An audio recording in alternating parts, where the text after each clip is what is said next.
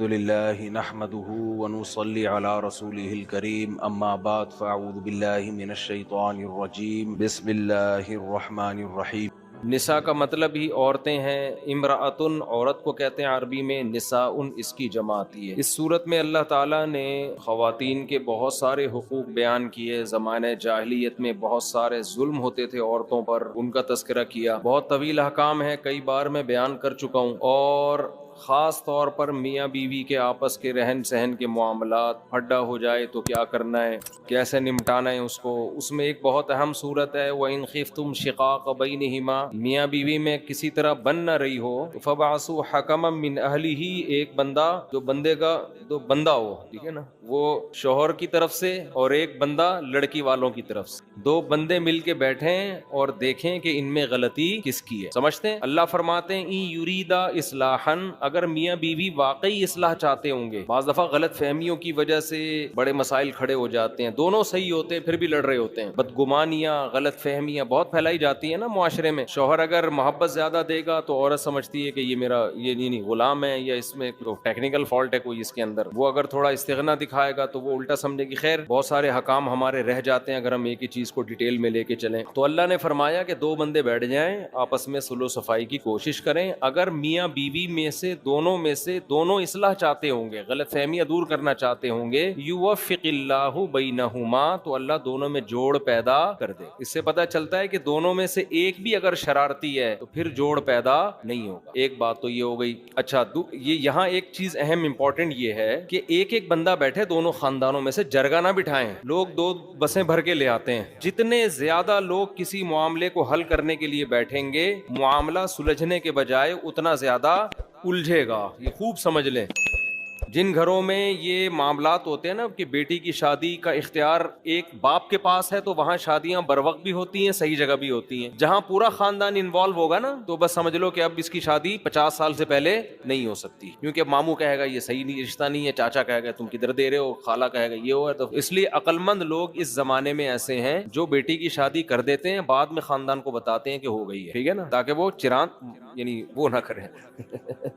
تو ایسی باتیں ممبر پہ مناسب نہیں ہے، لیکن ہو یہی رہا ہے، کیا کریں، بعض دفعہ نامناسب بات کرنی پڑ جاتی ہے، وہ بڑے مسائل ہوتے ہیں۔ خیر، تو ایک بندہ ادھر سے جو بندے دا پتر ہو، اور ایک بندہ ادھر سے جو وہ بھی کیا ہو، یہ بندہ بھی میں اس لیے کہہ رہا ہوں کہ وہ بھی سمجھدار آدمی ہو، بیٹھیں گے تو اللہ مسئلہ حل کر دے گا دونوں کے درمیان۔ اس سے بھی یہ پتہ چلتا ہے کہ اللہ تعالیٰ یہ نہیں چاہتے کہ فوراً طلاق کی طرف جاؤ، اللہ پہلے گھر کو بسانا چاہتے ہیں۔ ایک اور حکم جو سورہ نساء میں بیان ہوا، بعض دفعہ یہ بھی ہوتا ہے کہ میاں بیوی ایک دوسرے سے حقوق لینے کی کوشش کر رہے ہوتے ہیں مگر کوئی دے نہیں رہا ہوتا، یہ اس کے حقوق میں گڑبڑ کر رہا ہے یا وہ اس کے حقوق میں، تو اللہ نے پھر ایک آپشن بیچ کا یہ بھی دیا ہے کہ بھائی طلاق سے بہتر ہے کہ صلح کر لو آپس میں۔ صلح کا مطلب کچھ حقوق سے دستبردار ہو جاؤ۔ بعض دفعہ یہ ہوتا ہے کہ شوہر کو بیوی سے نفرت ہے، وہ نہیں چاہتا کہ میں اس کے پاس آؤں، جب بھی آتا ہوں پھڈا ہوتا ہے، وہ کوئی ایسی بات کہہ دیتی ہے جس سے اس کی کھوپڑی گھوم جاتی ہے۔ میں یہ قرآن کی تفسیر ہی بیان کر رہا ہوں، لوگ مجھے کہتے ہیں آپ قرآن کی تفسیر کے علاوہ باتیں کر رہے ہوتے ہو، یہ قرآن کی آیت ہے نا، وَإِنِ امْرَأَةٌ خَافَتْ مِنْ بَعْلِهَا نُشُوزًا أَوْ إِعْرَاضًا، اسی کی تفسیر ہے۔ تفسیر کا مطلب یہ ہوتا ہے کہ اپنے الفاظ میں اس کو ڈیفائن کیا جائے۔ اگر میں وہ قرآن کی آیتیں ہی پڑھوں گا وہ تفسیر تو نہیں ہوئی نا، تو تفسیر تو میں اپنی مثالوں سے، تفسیر کا مطلب کیا ہے، اس کو ڈیفائن کرنا۔ ڈیفائن ہمیشہ انسان اپنے الفاظ میں کرتا ہے، اپنے زمانے کے عرف کو دیکھ کر، اپنے زمانے کے لوگوں کو دیکھ کر، اس زمانے کی مثالیں دے کر ڈیفائن کرے گا۔ ڈیفائن یہ نہیں ہوتا کہ وہی آیتیں ہی پڑھنا شروع کر دوں میں۔ اب نیوٹن کا قانون آپ کے ٹیچر نے آپ کو پڑھایا کہ جو چیز متحرک ہے وہ ہمیشہ متحرک ہی رہے گی، نیوٹن نے ہی فرمایا تھا نا یہ، او کما قال نیوٹن نے فرمایا تھا کسی اور نے فرمایا تھا؟ بھائی ہم نے اسکول میں پڑھا تھا جو چیز ہل رہی ہے نا وہ ہمیشہ ہلتی چلتی رہے گی جب تک روکنے والا نہ ہو، جو رکی ہوئی ہے وہ ہمیشہ رکی رہے گی جب تک دھکا دینے والا نہ ہو کوئی اس کو۔ یہ نیوٹن کا قانون تھا، آپ نے لا پڑھا دیا، اب بچے کہہ رہے ہیں کہ سر آپ اس کو ڈیفائن کریں، آپ نے ڈیفائن میں وہی لا دوبارہ پڑھ کے سنا دیا، کہیں گے سر اس کو ڈیفائن کریں، آپ کہہ رہے ہیں میں ڈیفائن ہی تو کر رہا ہوں، وہی قانون آپ دوبارہ پڑھ کے سنا رہے ہیں۔ ہر عمل کا رد عمل ہوتا ہے، ہر ایکشن کا ری ایکشن ہوتا ہے، اس کی اسپیڈ اتنی ہوتی ہے جتنے ایکشن کی اسپیڈ ہوگی، ٹھیک ہے نا۔ ابے بھائی یہ تو لا ہے نا، اب آپ ٹیچر سے کہیں گے آپ بتاؤ، تو ٹیچر اپنے الفاظ میں بتائے گا۔ ٹیچر کہے گا دیکھو یہ ایک گیند ہے، یہ دیوار پہ مارو گے، جتنی فورس سے مارو گے اتنی ہی فورس سے واپس آئے گی. اب آپ کہو سر ہم نے آپ کو نیوٹن کا قانون پڑھانے کا گیند اور بلے کی مثالیں دینے کے لیے نہیں کہا. یہ میرے بیان کے ساتھ لوگ کمنٹس میں حشر کر رہے ہوتے ہیں کہ ان کو تفسیر کے نام پہ پتہ نہیں کیا چیزیں پڑھا رہے ہیں لوگوں کو. میں کمنٹس پڑھتا ہوں, جب بھی یہ تراوی والے بیانات کے بھی کمنٹس پڑھتا ہوں, میں ایسے نہیں ہو جاتا غافل کہ لوگ کیا کر رہے ہیں کہ بس ہم نے بیان اپلوڈ کر دیا ایسی کی تیسی جو جس پہ گزر رہی ہے. میں عموماً کمنٹس پڑھ رہا ہوتا ہوں کہ تبصرہ کیا ہے, لوگوں کا فائدہ ہو رہا ہے, نقصان ہو رہا ہے. اس میں بعض دفعہ مجھے میرے اصلاح کی چیزیں بھی مل جاتی ہیں. بعض کمنٹس ایسے ہوتے ہیں وہ نیگیٹو ہوتے ہیں لیکن ہوتے صحیح ہیں, تو مجھے آئندہ سدھرنے کا موقع مل جاتا ہے, تو میں وہ کمنٹس دیکھتا ہوں. بعض تو ایسے خاندانی کمنٹس ہوتے ہیں اسکرین شاٹ لے کے اپنے پاس سیو کر لیتا ہوں, سمجھتے ہو.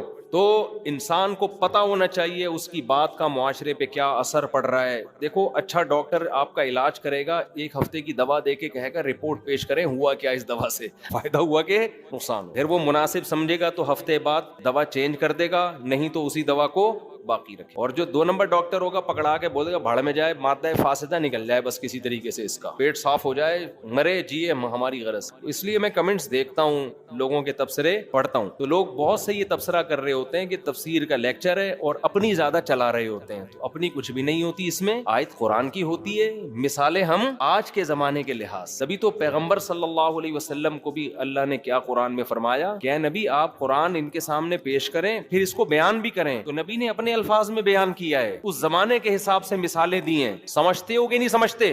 تو اب دوسرا پہلا حکم تو بتا دیا نا, دونوں میں پھڈا ہو تو کیا کرنا ہے. ہم الٹا کر رہے ہوتے ہیں دونوں میں پھڈا ہوتا ہے تو تیلی لگا کے پھڈے کو پڑکا رہے ہوتے ہیں. سورہ نساء میں اللہ نے یہ بھی بیان کیا, لا خیر فی کثیر من نجواہم الا من امر بصدقۃ او معروف او اصلاح بین الناس. اکثر لوگوں کی سرگوشیوں میں خیر کی باتیں نہیں ہوتی. اس کو آپ دوسرا حکم سمجھ لیں. وہ تیسرا, میں جو دوسرا تھا وہ تیسرے نمبر پہ بیان کرتا ہوں. دوسرا حکم کیا ہے؟ اللہ فرماتے ہیں کہ جب لوگ آپس میں سرگوشی کرتے ہیں, چھپ چھپ کے باتیں کرتے ہیں, ان باتوں میں اکثر خیر کی باتیں نہیں ہوتی. کتنی خاندانی آیت ہے یار. کیا مطلب؟ جب لوگ ممبر پہ بیٹھ کے بات کر رہے ہوں گے, کھلے عام تقریریں کر رہے ہوں گے, اسٹیج پہ خطاب کر رہے ہوں گے, ساری پازیٹیو باتیں, ساری جوڑنے والی باتیں, فساد والی باتیں نہیں. آپ مجھے ووٹ دیں, میں سچا پاکستانی, یہی ہوتا ہے نا. مولوی صاحب بھی تقریر کر رہے ہوں گے, زبردست اصول کی پابندی کرو, یہ کرو, بیوی کے حقوق, بچوں کے حقوق, قرآن کہتا ہے. لیکن جب چپ کے آپس میں جو سرگوشیاں ہوتی ہیں نا, ان میں خیر کی باتیں کم ہوتی ہیں, ان میں لڑانے کی باتیں زیادہ ہوتی ہیں. آپ ساس سے تقریر کروا لینا خواتین کے حقوق پر,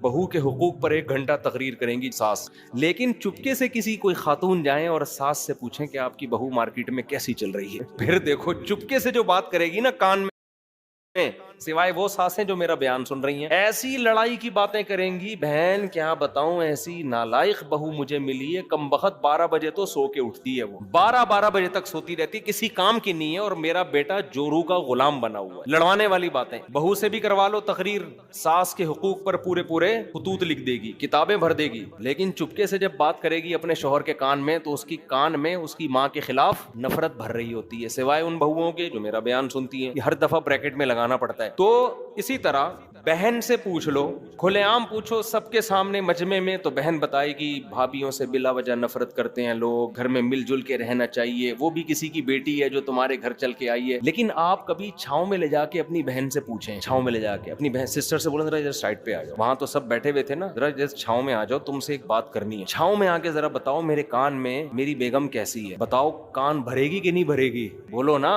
اکثر لوگ مجھے بتاتے ہیں کہ ہمارا اپنی بیوی کے ساتھ بڑا اچھا رویہ ہوتا ہے, بیوی کا ہمارے ساتھ, ہم دونوں ایک دوسرے کی خامیاں برداشت کرتے ہیں, ہنسی خوشی زندگی گزرتی ہے. مجھے پتا ہے میری بیوی میں کیا گڑبڑ ہے, بیوی کو پتا ہے میرے شوہر میں یہ ٹیکنیکل فالٹ ہے, چلو آپس میں کمپرومائز انہوں نے کر لیا. لیکن جب بہن آئے گی ہمارے گھر میں رہنے کے لیے, پھڈا میرا بیوی کے ساتھ ہوتا ہے, بہن کے ساتھ نہیں ہوتا.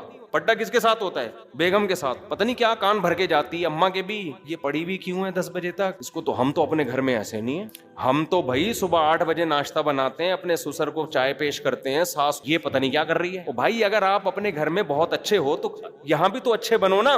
یہاں اچھا بننا یہ کہ کان نہ بھرو, کان نہ بھرو. تو ہر سطح پہ یہی ہو رہا ہے، توڑ کی باتیں، دوستوں کو آپس میں لڑانا، بہن بھائیوں کو آپس میں لڑانا، باپ کو بیٹے کے خلاف، بعض لوگ باپ بیٹے کو لڑواتے ہیں. میں نے دیکھا ہے ایسے لوگوں کو. ایک بیٹا آپ کے پاس آیا، اس سے پوچھا، اس کو بتا رہے ہیں کہ میں اپنے بچوں کے ساتھ ایسا کرتا ہوں، میں اپنے بچوں کے ساتھ. اس بچے کے دل میں آئے گا کہ میرا باپ تو میرے ساتھ ایسا کرتا نہیں ہے. یہ دیکھو، یہ ابا اپنے بچوں کو تو لقمہ منہ میں بنا کے کھلا رہا ہے، اور ہمارا ابا تو ہمیں پوچھتا ہی نہیں ہے. بچہ یہ نہیں سوچے گا کہ جو کچھ کھا رہے ہو یہ کس کے خرچے پہ؟ باپ کے خرچے. وہ یہ دیکھے گا کہ یار اس کا ابا اس کے منہ میں لقمہ بنا کے ڈال رہا ہے، اور ہمارا ابا ہمارے منہ میں لقمہ بنا کے نہیں ڈال. نفرت یہ انسان کے 2 نمبر ہونے کی علامت ہوتی ہے کہ آپ کسی کے بچے کے ساتھ، اپنے بچوں کے ساتھ کسی اور کے بچوں کے سامنے ایسا سلوک کر رہے ہو کہ اس سے ان کے دل میں اپنے باپ کے خلاف نفرت پیدا ہو رہی ہے. ایسے میں نے دیکھے ہیں گھر بگڑتے ہوئے. یار ان کے ابا تو ایسے، جب کوئی میرے سامنے آ کے کہتا ہے نا فلاں کے ابا تو ایسے، ہمارے ابا ایسے نہیں، میں نے کہا تمہارے اندر غیرت نام کی چیز نہیں. اپنا ابا جیسا بھی ہو، آدمی فخر کرتا ہے میرا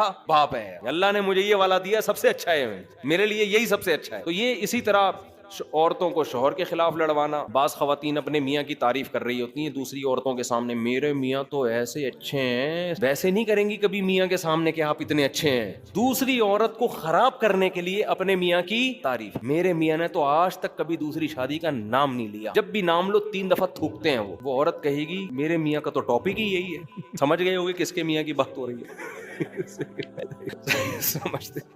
تو میرے ساتھ بھی عجیب معاملات ہیں، زیادہ نہیں فری کراؤں گا آپ لوگوں کو اس معاملے میں. خواتین کا مسئلہ ایسا ہے کہ جب کسی خاتون سے ملتی ہیں تو پھڈا گھر میں ہوگا. اپنی عورتوں کو دوسری عورتوں سے دور رکھو، ہنسی خوشی زندگی گزر، سوائے ان خواتین کو جو میرا بیان سن رہی ہیں. تو خیر مسئلہ پتہ ہے کیا ہے. اب دیکھو اصولی طور پر آپ کسی عورت کے سامنے اپنے شوہر کی تعریف کرو، اچھی بات ہے، لیکن ایسی تعریف کہ اس کے دل میں اپنے شوہر کی نفرت پیدا ہونا شروع ہو جائے. یہ تعریف نہیں ہے، یہ کیا ہے؟ فساد. شکر کرو بھائی، بتاؤ میرے میاں بہت اچھا، اللہ کا شکر ہے، اس میں تو اللہ بھی خوش ہوتے ہیں. لیکن اسٹائل یہ والا نہیں ہونا چاہیے کہ اس کے دل میں اپنے میاں کی نفرت پیدا ہو. تو قرآن نے دوسرا حکم کیا دیا؟ لا خیر فی کثیر من نجواہم. اکثر لوگوں کی، اس مردوں اور عورتوں، مردوں کو بھی اللہ نے، عورتوں کو بھی، اس میں سب برابر ہیں. مرد بھی جب دفتروں میں بیٹھ کے کانا پھوسی کرتے ہیں باس کے خلاف، مینجمنٹ کے خلاف، سامنے بیٹھ کے کمپنی کی ترقی کی باتیں کریں گے نا، سر ایسا میں پروجیکٹ لے کر آیا ہوں، کمپنی دیکھیں 1 مہینے میں کہاں سے کہاں پہنچ جائے، میں خیر خواہ ہوں سر آپ کا، میں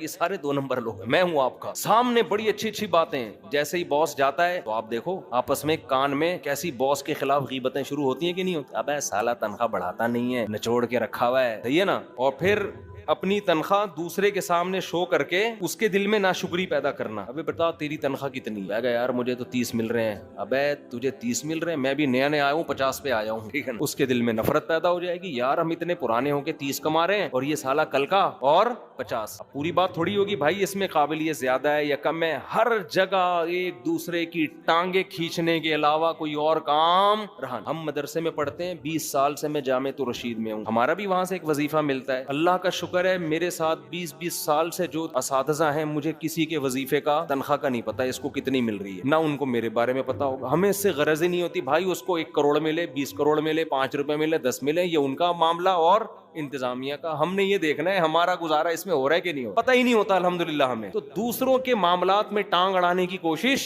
نہ، اس سے فساد پھیلتا ہے معاشرے میں. میں نے ایک واقعہ سنایا تھا نا، میں ایک موبائل کی دکان پہ گیا، اب تو یہ ساری چیزیں رہ گئی ہیں، جب سے مشہور ہوا ہوں کہیں جانے کے قابل ہی نہیں رہا، ورنہ اتنا مزہ آتا تھا. تھوڑا گھومتے پھرتے بھی تھے نا، تو موبائل کی شاپ پہ گیا تو وہاں موبائل ٹھیک کروانے گیا.